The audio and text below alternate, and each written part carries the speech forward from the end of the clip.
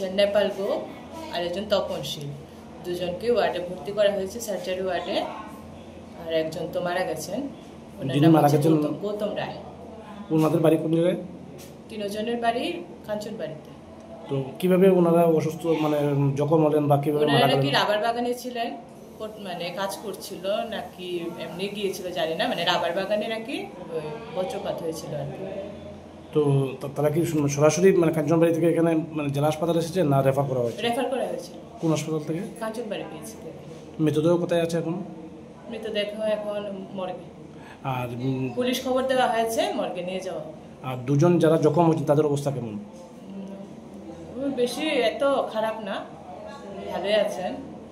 ওনারা সার্জারি ওয়ার্ডে ভর্তি। পর্যবেক্ষণ থাকতে হবে। পর্যবেক্ষণ থাকতে হবে। লালজুড়ি রাধা গোবিন্দ কাঞ্চনবাড়ি। কি হয়েছে ঘটনাটা?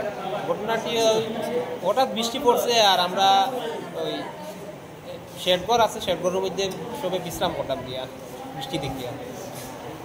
হঠাৎ একটা শব্দ হয়েছে, বিকট শব্দ হইয়া আমরা অজ্ঞান হয়ে গেছি, কিছু কইতে পারি না, সব অজ্ঞান হয়ে পড়ে গেছি। 7-8 জন আসলাম খাবো আমরা। এই রাবার বাগানের মালিক কে আসলো? ওই যে ছেলেটা কাজ করে হে আসলো আর আরো দুইজন, তারা তিনজনে শেয়ারে, তিনজনে মিলিয়ে এই জায়গাটা কিনিয়া কাজ মানে মালিকের নাম কি? ওই যে মারা গেছে যে হ্যাঁ গৌতম রায়। গৌতম রায় যে মারা গেছে সে নিজে মালিক? নিজে। ও তার কি আরো বাগান আছে? আরো তার আরো বাগান আছে? আর একটা বাগান আছে। তোমরা আজকে টোটাল কয়জন আসলা এখানে? 7 জন 8 জন, সঠিক তো আমি হইতে পারতাম না, 7-8 জন আসলাম আমরা। কাজও আসলাম, কেউ আইসে এইখানে, কেউ নিজ দিকে রয়েছিল। সবসময় কি এর বাগানে কাজ করো তোমরা? কত বাক্কা কয়েকদিন ধরে করি আমরা। তো গৌতম বাগান কাজ আরম্ভ হওয়ার পর থেকে গৌতম রায় মানে কি ঘটনাস্থলেই মারা গেছে? ঘটনাস্থলেই আমি তার ফাঁসি ছিলাম, তার হাতে আমার হাতে এক জায়গা লাগাইছিল, বুয়াত ছিলাম। তারপরে সে তো দেখলাম আমার ফাঁসের আমাকে বুয়াত ইয়ে করছে, উঠাইছে, আর হেরে আর উঠাইতে পারছে না, এক জায়গা তুই। গৌতম রায়ের কি আরো বাগান আছে?